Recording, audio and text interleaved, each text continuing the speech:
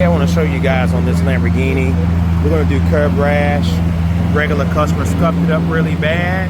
Not only that, in the smoke, the powder coat's coming off. As you can see, he just bought the car. And also,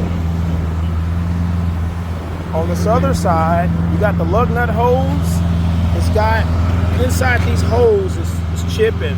We're going to take care of that, take care of this rash. And on the other wheel, we're going to do the same. I'll show you guys a process on the before and after. This is what we do, guys. Houston Wheel Repair.